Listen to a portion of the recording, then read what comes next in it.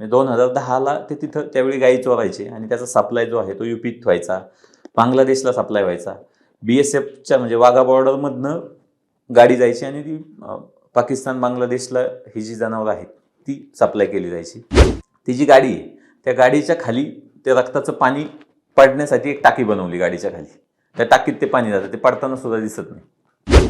गोतस्कर इतक्या मोठ्या प्रमाणावरती त्यांचं जे काही सिंडिकेट आहे ते इतक्या मोठ्या प्रमाणावरती आहे की आपण त्यांना आत्ताच्या ह्या कामामधनं फक्त ब्रेक लावायचं काम करतोय. ते समूळ त्यांचा नायनाट करण्याचा जो विषय आहे तो अद्यापपर्यंत सक्सेस झालेला नाही. पण आत्ताची स्थिती आपण जर बघितली तर पिंपरी चिंचवडमध्ये गोहत्याविरोधी पथक जे आहे ते पिंपरी चिंचवड CPंनी तयार केलं आणि महाराष्ट्रातलं ते पहिलं गोहत्याविरोधी पथक आत्ता सध्या अस्तित्वात आहे.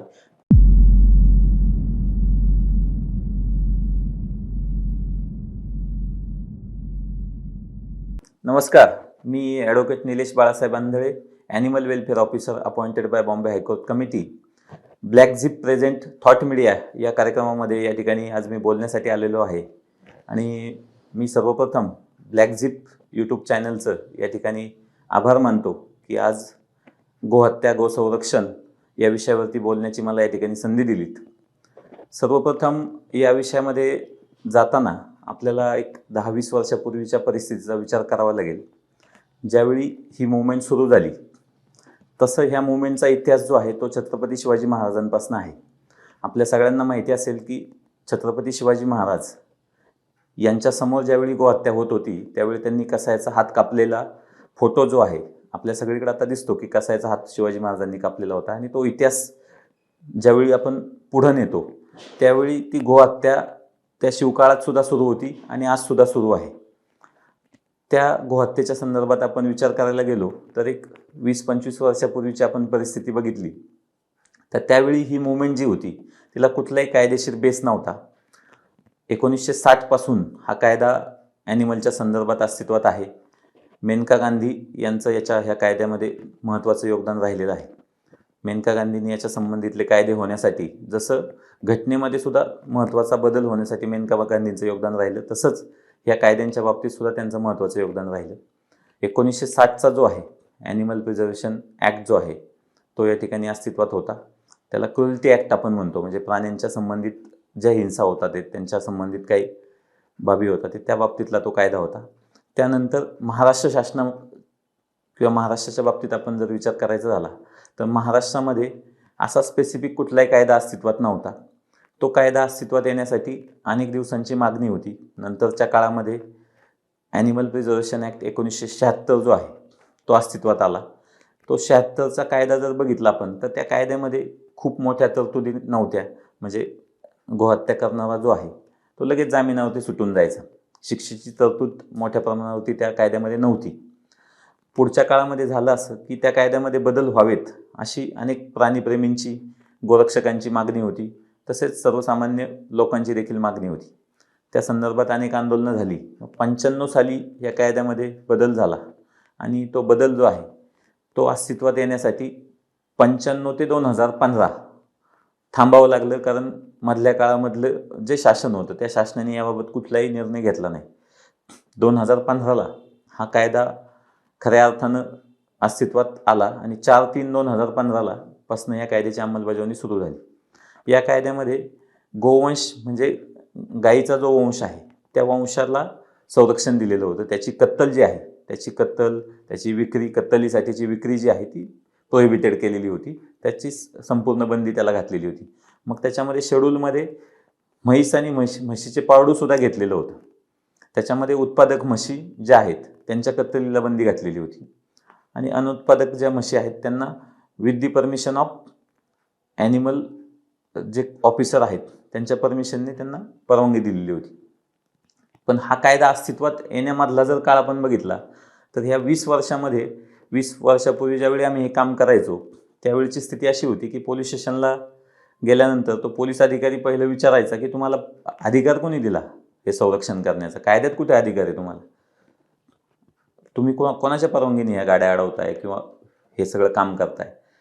कधी कधी तर पोलीस अधिकाऱ्यांकडनं अक्षरशः म्हणजे जो कार्यकर्ता तिथं गाडी अडवून जातो त्याच्या सनसनीत मुस्काडीत दिली जायची. त्याला कोपऱ्यात बसवलं जायचं की तू कोपऱ्यात बस, मग तुझं बघतो काय करायचं ते. आणि सकाळी 5 वाजता पकडलेली गाडी तिचा गुन्हा दाखल होण्यासाठी संध्याकाळचे 5 कधी कधी रात्रीचे 12 सुद्धा वाजायचे आणि अतिशय संघर्ष करून मग तो गुन्हा दाखल करून घेतला जायचा. कायदा अस्तित्वात येण्यापूर्वीची अशी स्थिती होती. ह्याच्यामध्ये अनेक वेळा कसायांच्या वर्चस्वामुळं खोटे गुन्हे कार्यकर्त्यांवरती दाखल केले जायचे. त्याच्यामध्ये अनेक कार्यकर्त्यांवरती दरोड्यासारखे गुन्हे दाखल केले गेले. अनेकांच्या तडीपाऱ्या झाल्या, अनेकांवरती हल्ले झाले, अनेक कार्यकर्त्यांना ह्याच्यामध्ये मरणसुद्धा पत्करावं लागलं. अनेकांच्या अंगावरती गाड्या घातल्या गेल्या, फायरिंग झाली. अक्षरशः निकराची लढाई तिथं त्या ठिकाणी कार्यकर्त्यांना लढायला लागली. ह्याच्यामध्ये महाराष्ट्रातलं गोरक्षण आणि बाहेरच्या राज्यांमधलं गोरक्षण ह्याच्यामध्ये कमालीची तफावत आहे. तिथली परिस्थिती, महाराष्ट्रामध्ये कायदा सुव्यवस्थेचं राज्य आहे, पण आपण जर यूपीमध्ये गेलात, आपण हरियाणामध्ये गेलात, आपण पंजाबमध्ये गेलात, ह्या राज्यांमध्ये गोतस्कर इतक्या उंचीवरती गेलेले आहेत की समोरासमोर फायरिंग केल्याशिवाय गोरक्षणच होत नाही, अशी स्थिती आहे. आपण जे आता सोशल मीडियावरती व्हिडिओ बघितलेले असाल किंवा मोनू माने सरचं प्रकरण आता जे पाठीमागं सध्या मीडियामध्ये चर्चेचं असेल, तर तिथली स्थिती अशी आहे की गोतस्कर जे आहेत ते अक्षरशः गोरक्षकांवरती फायरिंग करतात. विदेशी बनावटीचे वेपन्स त्यांच्याकडे आहेत आणि त्याच्यातनं सरळ सरळ ते फायरिंग करतात. त्याच्यामधनं अनेक गोरक्षक जे आहेत ते ह्या सगळ्या लढाईमध्ये त्यांचं निधन देखील झालेलं आहे. अशी सगळी स्थिती आहे. आपल्याकडे ज्यावेळी 2015ला हा कायदा अस्तित्वात आला, त्याच्यानंतर त्याची अंमलबजावणी व्हावी हे सगळ्यात महत्त्वाचं चॅलेंज होतं की त्याची अंमलबजावणी होणार का. मग त्याची अंमलबजावणी सुरू झाली. त्या अंमलबजावणीमध्ये पण अनेक अडचणी होत्या, कारण मुळातच पोलिसांनाच तो कायदा माहीत असणं गरजेचं असतं. आजपर्यंतची स्थिती अशी की आत्ता पोलिसांना हा कायदा आहे आणि हे सुद्धा आपलं एक काम आहे हे प्रामुख्याने समजायला लागले आणि पोलीस त्याच्यामध्ये कॉपरेशन करतात आहेत, गुन्हे दाखल होतात आहेत. परंतु जरी गुन्हे दाखल होत असले तरीसुद्धा आत्ताची स्थिती अशी आहे की गोतस्कर इतक्या मोठ्या प्रमाणावरती त्यांचं जे काही सिंडिकेट आहे ते इतक्या मोठ्या प्रमाणावरती आहे की आपण त्यांना आत्ताच्या ह्या कामामधनं फक्त ब्रेक लावायचं काम करतो. ते समूळ त्यांचा नायनाट करण्याचा जो विषय आहे तो अद्यापपर्यंत सक्सेस झालेला नाही. मग ह्या कायद्यावरती टीका पण केली जाते. जे विरोधक आहेत ते म्हणतात 2015ला कायदा आणला, कायदा आणल्यानंतर ते सगळं बंद व्हायला पाहिजे होतं, बंद झालेलं दिसत नाही. पण वस्तुस्थिती अशी आहे की कुठलाही कायदा ज्यावेळी येतो त्यावेळी तो गुन्हा बंद होईल अशा अपेक्षेने आपण अशी अपेक्षा ठेवून तो कायदा येत नसतो. म्हणजे बलात्काराचा कायदा आला, आता नव्याने 376 पूर्वी होता, आता अल्पवयीन मुलींच्या बाबतीत पॉक्सोचा कायदा आला. म्हणजे अल्पवयीन मुलींच्या बाबतीत अत्याचार झाले तर अक्षरशः फाशीपर्यंतच्या शिक्षेचा कायदा आला. मग असं जर आपण म्हटलं की मग बलात्कार बंद होणार आहेत का, कायदा आला म्हणजे बलात्कार बंद होतो का, होत नाही.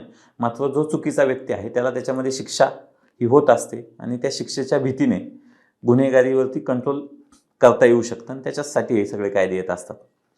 आपण 2015 नंतरची परिस्थिती जर पाहिली तर आत्ता 2015 ते 2023मध्ये आत्ता आपण आहोत.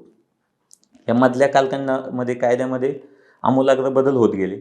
मग 2017ला जर आपण पाहिलं असेल तर 2017ला मेंटेनन्स आणि केस प्रॉपर्टी ॲक्ट नावाचा कायदा सेंट्रल गव्हर्नमेंटने आणला. ह्याच्यामध्ये होत असं होतं की गोरक्षण म्हणजे काय असायचं की कत्तलीसाठी एखाद्या वाहनामधनं गाई, बैल किंवा इतर पशु यांची वाहतूक कत्तलीसाठी व्हायची. मग त्यांची अडवणूक करून त्यांच्यावरती गुन्हा दाखल होऊन पोलिसांच्या माध्यमातून FIR व्हायची आणि ते सगळी जी जनावरं आहेत ती एखाद्या गोशाळेकडं, एखाद्या पांजरपोळकडं अशा संस्थेमध्ये ती वर्ग केली जायची. पण अडचण सगळ्यात महत्त्वाची अशी होती की ज्यावेळी त्या संस्थेकडे ती जायची त्यावेळी त्यांचा सगळ्या खर्चाचं जे बर्डन आहे ते त्या संस्थेवरती यायचं. एवढ्या मोठ्या प्रमाणावरती संस्था खर्च करू शकते का. अचानक आपण एका घरात राहतोय, आपल्या घरामध्ये 10 लोक आहे आणि अचानक आपल्या घरामध्ये 20 लोक आली तर आपल्याला जशी तानातान व्हायची तशीच त्या संस्थेची व्हायची की अचानक कधी कधी 100 ॲनिमलसुद्धा आपण रेस्क्यू केलेले आहेत. मग अशावेळी एखाद्या गोशाळेची कॅपॅसिटीच असायची 100 ॲनिमलची आणि मग तिच्याकडे अचानक 100 ॲनिमल ज्यावेळी येतील त्यावेळी तिचं त्या गोशाळेचं जे सगळं बजेट आहे ते कोलॅप्स होऊन जायचं. मग ह्याच्याबाबत काय करता येईल का, तर त्या संदर्भात मग 2017चा जो केस प्रॉपर्टी ॲक्ट जो आहे तो आला.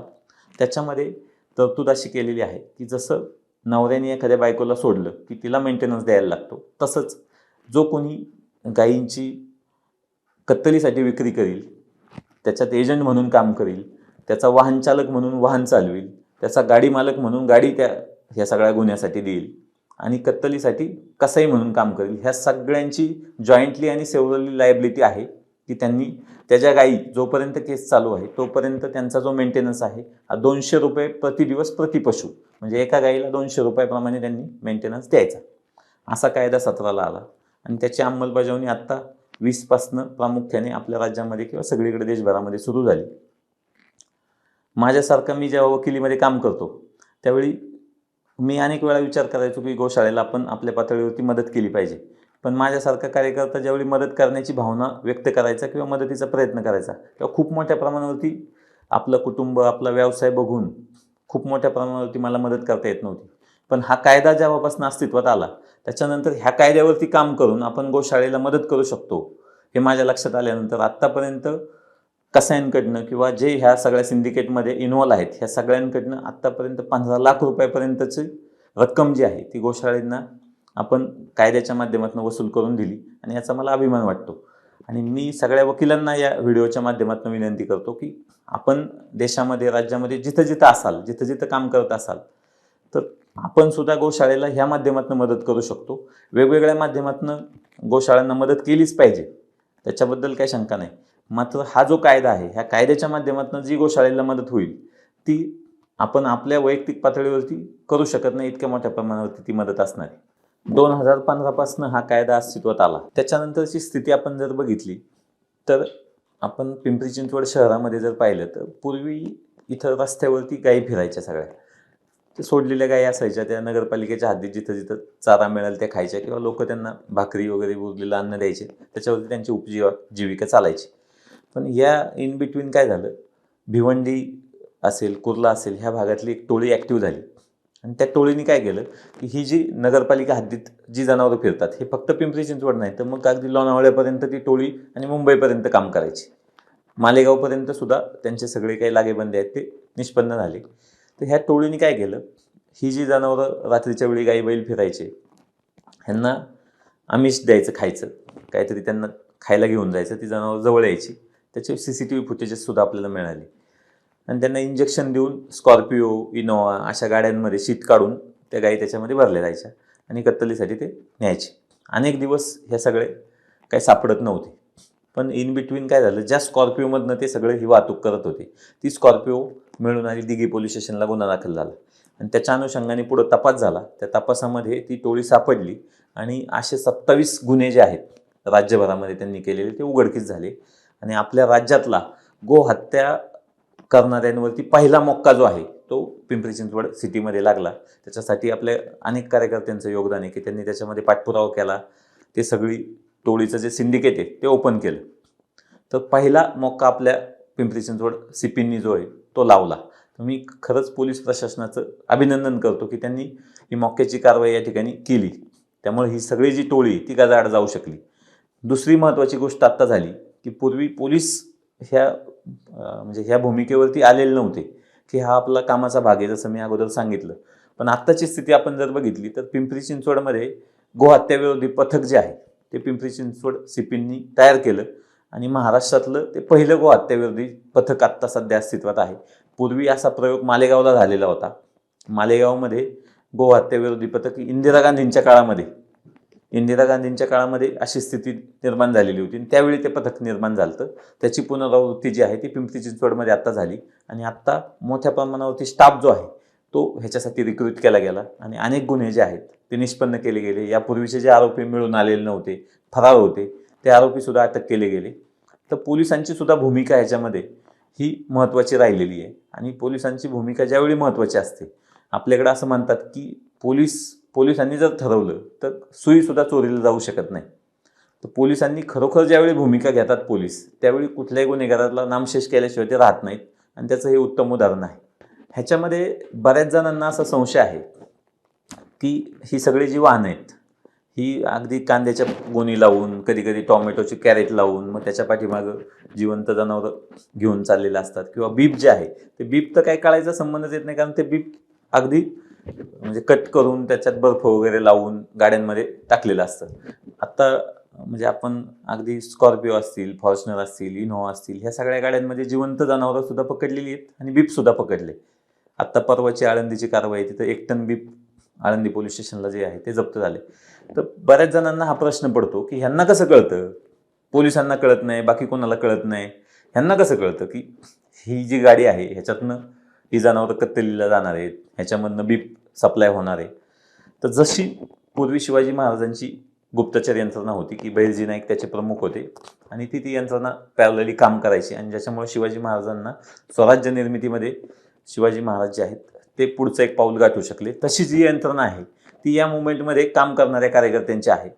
मग तो कार्यकर्ता ते काम करत असताना त्याला ती माहिती कुठनं कशी मिळेल ह्याच्यासाठी तो विशेष यंत्रणा लावतो. त्यामुळे ती जी गाडी जिथनं भरली असती तिथपासनं ते ती जाणारे तिथपर्यंतची माहिती त्या कार्यकर्त्याला असते, अगदी त्या गाडी नंबर सहित.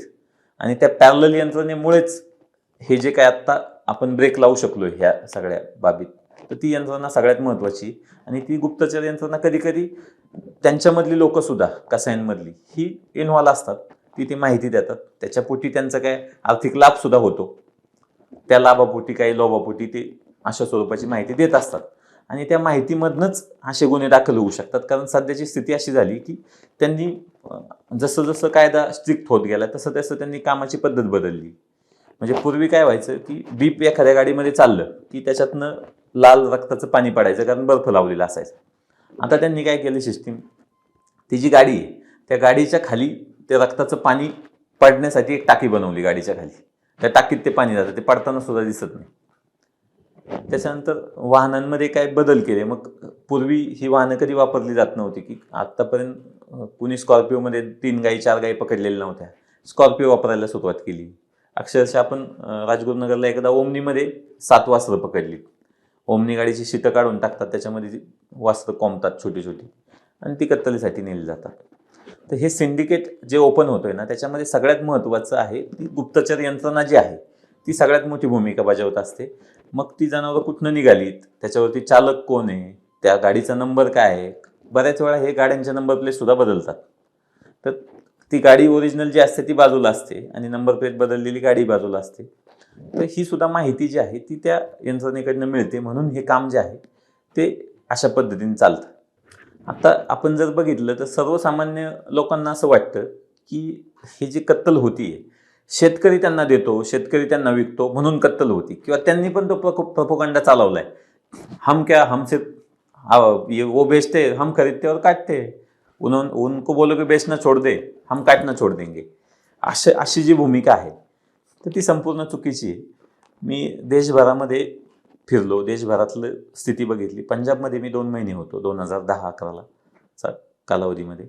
तिथली स्थिती अशी आहे की सुजलाम सुफलाम आहे पंजाब. पंजाबमध्ये शेतकरी कत्तलीसाठी गायी विकत नाही. तर तिथं त्यांनी काय चालू केलं, गायी चोरायला चालू केल्या. म्हणजे गायी चोरायच्या रस्त्यावरती फिरणाऱ्या शेतकऱ्यांच्या. तिथं एका शेतकऱ्याकडे 50-50, 60-60 गायी आहेत. पशुधन मोठ्या प्रमाणावरती पंजाबमध्ये आहे, कारण पंजाब हे संपूर्ण बागायत आणि चांगली शेतजमीन असलेलं भाग आहे. त्यामुळे तिथं शेतकऱ्याला काही 50-60 गायी सांभाळायला काही वाटत नाही. ह्यांनी चोरायची जी मुवमेंट आहे ती तिथनं सुरू केली पंजाबमध्ये. 2010ला ते तिथं त्यावेळी गायी चोरायचे आणि त्याचा सप्लाय जो आहे तो युपीत व्हायचा, बांगलादेशला सप्लाय व्हायचा. BSFच्या म्हणजे वाघा बॉर्डरमधनं गाडी जायची आणि ती पाकिस्तान बांगलादेशला ही जी जनावरं आहेत ती सप्लाय केली जायची. पश्चिम बंगालमधली पण परिस्थिती मी बघितली की पश्चिम बंगालमध्ये सुद्धा गायी ज्या आहेत त्याच पद्धतीने पश्चिम बंगालमधनं त्या बांगलादेशमध्ये जायच्या. तर ही जी मुवमेंट आहे की शेतकरी विकतो म्हणून ते कापतात, हा संपूर्णपणे प्रोपोगंडा आहे आणि गैरसमज आहे की शेतकरीने जर विकलंच नाही तर ते कापायचे बंद करतील. त्याचा प्रत्येक गोष्टीचा एक गुणधर्म आहे. म्हणजे गुणधर्माशिवाय कुठली गोष्ट असू शकत नाही. म्हणजे आपल्याकडं आपण म्हणतो की प्रत्येक वस्तूला एक काही ना काहीतरी धर्म दिलेला आहे. तसं त्याचं जे काम आहे, म्हणजे आपण समजा रक्षणाचं काम करतोय तर त्याचं तो जो समोरचा व्यक्ती तो कापायचं काम करतोय, त्याला एकच शिकवलेलं आहे की तू काही झालं तरी कापायचं. तो शिवाजी महाराजांच्या काळात सुद्धा कापत होता, आजही तो कापायचंच काम करतोय. त्याचा गुणधर्म त्यांनी बदललेला नाही. उद्या शेतकऱ्यांनी त्यांना जनावरं द्यायची बंद केली तर पंजाबसारखी परिस्थिती महाराष्ट्रात येणार आहे भविष्याच्या. आणि आत्ता सुरू पण झालंय ते. आत्ता जर तुम्ही बघितलं तर चोरून गाई बैल चोरून न्यायचं जे प्रमाण आहे, अशा FIR ज्या आहेत त्या महाराष्ट्रामध्ये दाखल व्हायला सुरू झाल्यात. कारण शेतकऱ्यांकडेच पशुधन राहिलेलं नाही तर तो विकणार कधी कसायला. पूर्वी शेतकऱ्यांकडे मोठ्या प्रमाणात पशुधन होतं, त्यामुळे तो कसायला द्यायचा. तर आता तशी स्थिती राहिलेली नाही. आता त्यांनी जी पंजाबची स्ट्रॅटेजी 2010-11ला होती ती स्ट्रॅटेजी आता महाराष्ट्रात सुरू झाली. त्यामुळे ही जी सर्वसामान्यांची कन्सेप्ट आहे की शेतकरी विकतो म्हणून ते कापतात, हे अमान्य आहे. म्हणजे मी तर ते मुळातच मान्य करत नाही. दुसरी एक शेतकऱ्यांची भूमिका आहे ह्याच्यामध्ये, की जे जर्सी गायी आहेत त्या जर्सी गायींपासनं जे बैल जन्माला येतात ते बैल निरुपयोगी असतात. शेतकऱ्याला त्याचा काही उपयोग होत नाही. ते दूध पिऊन म्हणजे गाईचं दूध त्याच्यातनं कमी होतं. शेतकरी त्याचा काही एक शेतकऱ्याला त्याचा अजिबात वापर होत नाही. त्याचं काय करायचं असा प्रश्न निर्माण होतो. आता ह्यांनी काय केलं, ही जी छोटी छोटी वासरं आहेत हे पूर्वी हे 500, 1000, 2000 रुपयाला विकत घ्यायचे आणि ती त्याची कत्तल होऊन त्या हॉटेल व्यावसायिकांना त्याची विक्री व्हायची. हे पण वेगळं सिंडिकेट आहे. ती लहान वासरं 1, 2, 3 दिवसाची असतात. त्यामुळे त्यांचं जे मटण पडतं ते अगदी बकराच्या मटणासारखं छोटं छोटं पडतं आणि ते हॉटेलमध्ये मटण म्हणून, बोकडाचं मटण म्हणून, मेंढीचं मटण म्हणून मिक्स करून त्याची विक्री मोठ्या प्रमाणावरती आपल्या राज्यामध्ये आजही चालू आहे. आणि काही ठिकाणी काही एरियामध्ये बीफ म्हणून बीफचे काही पदार्थ बनवले जातात आणि त्याची विक्री होती. त्याचं एक सिंडिकेट आहे. आता ही जी छोटी छोटी वासरं आहेत, गोशाळेमधली स्थिती अशी की ती छोटी वासरं 1 दिवसाचं जे वासरू आहे ते गोशाळेत नेलं तर जगत नाही. कारण कुठलंही मूल आहे आपलं, एखादं लहान मूल जरी पकडलं आणि त्याचं पहिल्या दिवशी त्याला आईच्या दुधापासून तोडलं ते जगत नाही. तशी स्थिती त्या जनावराची पण आहे. ते गोशाळेत जरी नेलं तर ते जगत नाही. मग ह्याच्यावरती काय करायचं, तर शासनाने ह्याच्या संदर्भात आता भूमिका घेतली आणि जवळजवळ 700 कोटी रुपयाची तरतूद करून आता इथून पुढं कुठल्याही जर्सी गाईला एक सिमन तयार केलं की जरी तिला वासरू झालं तर ते फिमेलच होईल. इथून पुढं मेल तिला जन्माला येणारच नाही अशी तरतूद शासनाने केली आणि 700 कोटी रुपये त्याच्यावरती फंडिंग झाले. भविष्य काळामध्ये आता त्या सिमेंटच्या माध्यमातून शासन आता काही क्षुल्लक रकमेवरती म्हणजे 200-500 रुपयाच्या रकमेवरती ते सिमन आता शेतकऱ्यांना प्रोव्हाइड करते. ज्याच्यामुळं ही समस्या जी आहे छोट्या वासरांची, कारण आम्हाला बरेच फोन येतात की हे छोट्या वासरांचं काय करायचं, तर भविष्यात शेतकऱ्यांना हाच एक उत्तम पर्याय आहे की त्यांनी ते सिमन घ्यावं आणि भविष्यामध्ये फिमेल ज्या आहेत गायी त्याच जन्माला येतील. त्यामुळे शेतकऱ्याची ती कुठली अडचण होणार नाही आणि गोशाळ्यांची सुद्धा अडचण होणार. त्यामुळे शासन सुद्धा याच्यावरती मोठ्या प्रमाणावरती काम करते. आपण जर न्यायालयीन प्रक्रियेमध्ये जर बघितलं असेल तर जस्टिस शेखर यादवांचं एक चांगलं जजमेंट आहे. जावेद नावाचा एक कसाई आहे, त्याचा जामीन करताना त्यांनी तो निकाल दिलेला होता आणि त्याच्यामध्ये त्यांनी गायीचं जे महत्त्व आहे, मग ते धार्मिक महत्त्व असेल, पौराणिक महत्त्व असेल, ते आत्तापर्यंतचं तिचं महत्त्व असेल ते त्या जजमेंटमध्ये दिलेलं आहे. ह्या जस्टिस शेखर यादवांचं दुसरा एक जजमेंटसुद्धा महत्त्वाचं आहे की ज्याच्यामध्ये त्यांनी कसायाचा जामीन मंजूर करताना गोशाळेला 1,00,000 रुपये त्यांनी डिपॉझिट करावेत आणि 1 महिना गायीचं शेण काढून गायीची सेवा करावी असं सुद्धा त्यांनी एक जजमेंट दिलेलं आहे. तर मी आपल्याला विनंती करेल की त्या जजमेंटची लिंक आहे ती डिस्क्रिप्शनमध्ये जर दिली तर आपले जे सगळे पाहणारे दर्शक आहेत त्यांना ते जजमेंट पाहण्यासाठी उपलब्ध होईल आणि अतिशय वाचनीय असं ते जजमेंट आहे. तर पूर्वीची जर आपली आपण सगळ्यांनी जर बघितलं तर पूर्वीची जी पिढी होती आपली ती अतिशय स्ट्रॉंग होती. म्हणजे मी माझ्या पणजीला बघितलं की जिचं वय साधारणतः सांगितलं जातं, आता पूर्वी काय वयाचे पुरावे उपलब्ध नव्हते, पण 107 वर्ष वगैरे ती जगली असं सांगितलं जातं. पण ती जी आमची पणजी होती त्या पणजीचं वय जर बघितलं तर ती जर पिढी बघितली तर आत्ताच्या किती तरुण मुलांना किंवा आत्ताच्या पुढच्या पिढीला किती लोकांना पणजी बघायला मिळते असं जर विचारायला गेलो आपण तर भविष्यात पणजी कोणाला बघायला मिळेल अशी स्थिती राहणार नाही. आजीपर्यंत बघायला मिळू शकते, आजीसुद्धा बघायला मिळेल अशी स्थिती नाही. कारण मागच्या पिढीचं आणि आत्ताचं आयुर्मानाचं जर आपण विचार केला तर पूर्वी लोक 100 ते 110 वर्षापर्यंत जगायचे असं म्हटलं जायचं. आत्ताचं आयुर्मान ते पुढं 90वर आलं, 90चं 80वर आलं, 80चं 70वर आलं. आत्ता 70चे 75च्या आतमध्ये सुद्धा मृत्यू होण्याचं कारणं वेगवेगळे असतील. अटॅकने मरत असतील, कॅन्सरने मरत असतील, इतर काही कारणाने लोकांचं मृत्यू होत असेल. परंतु आयुर्मानाचं जे प्रमाण आहे ते प्रचंड मोठ्या प्रमाणात कमी होत चाललेलं आहे, वयोमर्यादा जी आहे. तर पूर्वीची स्थिती अशी होती की मला आठवते आमच्या घरामध्ये देशी गायी ज्या आहेत त्या पाळल्या जायच्या आणि त्या देशी गाईचं दूध घरामध्ये त्या देशी गाईच्या शेणापासून सारवणं असेल, त्याच्यापासूनच त्या गवऱ्यांपासूनच स्वयंपाक केलेला असेल, ह्याच्यातनं पूर्वी आजार होण्याचं जे प्रमाण आहे ते खूप कमी होतं. आत्ताची स्थिती बघा तुम्ही, छोटे छोटे जे आजार आहेत ते इतके प्रचंड वाढले. लहान मुलांची सुद्धा स्थिती बघा की लहान मुलांना जन्म झाल्यापासून त्यांना औषध उपचार द्यावे लागतात. म्हणजे 1 महिन्यापर्यंत त्या औषधावरती त्यांना जगवावं लागतं अशी स्थिती. माझ्या स्वतःच्या मुलीला मी 3ऱ्या महिन्यापासून गाईचं दूध पाजतो, तर तिचं आजाराचं प्रमाण आणि बाकीच्या मुलांचं आजाराचं प्रमाण खूप कमी आहे. त्यामुळं गाईचं जे वैज्ञानिक महत्त्व आहे ते प्रचंड आहे. गाई ही एकमेव भूतलावरचा असा पशु आहे की जी ऑक्सिजन घेते आणि ऑक्सिजनच सोडते. गाईचं महत्त्व हे सगळ्या जगाने मान्य केलेलं आहे. मग अशा गाईचं संरक्षण व्हायला नको का? तर ते व्हायला पाहिजे.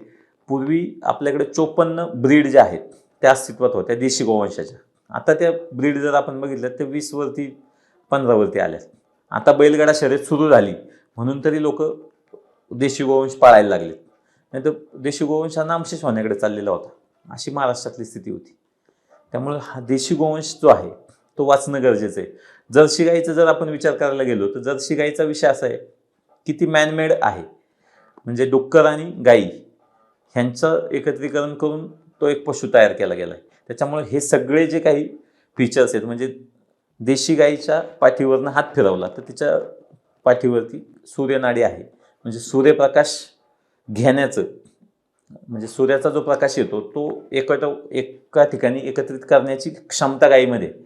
मग ज्यावेळी एखाद्याला बीपीचा त्रास असतो तो सकाळी 5 मिनिटं जर गाईच्या पाठीवरनं त्याने हात फिरवला तर त्याचं ब्लड प्रेशर जे आहे ते नॉर्मल होतं. त्याला कुठली गोळी घेण्याची आवश्यकता पडत नाही. हे विज्ञानाने सिद्ध झाले आणि हे सर्व मान्य झाले. ही सध्याची स्थिती आहे. लोक आता गाई पाळण्याकडे सुद्धा लोकांचा कल जातोय. आता लोक फ्लॅटमध्ये असतील किंवा स्वतःच्या बंगल्यामध्ये सुद्धा 1-1, 2-2 गाई पाळतात. त्याची कारणच ही आहेत की गाईचं महत्त्व जे आहे ते लोकांना आता कळायला लागलंय. पण तरीसुद्धा ह्याच्या संबंधामध्ये भविष्यकाळामध्ये सुद्धा गाईचं ही जी कत्तल चाललेली आहे बेकायदेशीर ती बंद होणं गरजेचं आहे.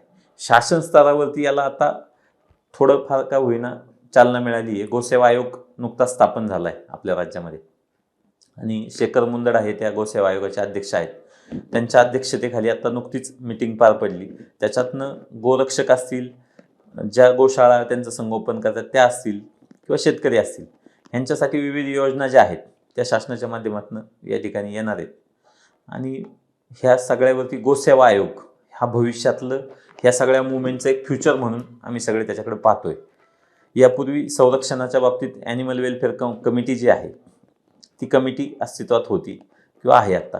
तर त्या कमिटीच्या माध्यमातून सगळ्या ॲनिमलसाठी काम केलं जायचं आणि हायकोर्टाने त्या कमिटीवरती हायकोर्टचे जे चीफ जस्टिस जो कोणी न्यायाधीश असतो तो पुढे जाऊन ह्या कमिटीचा अध्यक्ष बनतो आणि त्यांच्या अध्यक्षतेखाली ही कमिटी जी आहे ती सगळं काम करते. आत्तासुद्धा त्या कमिटीचं काम चालू आहे.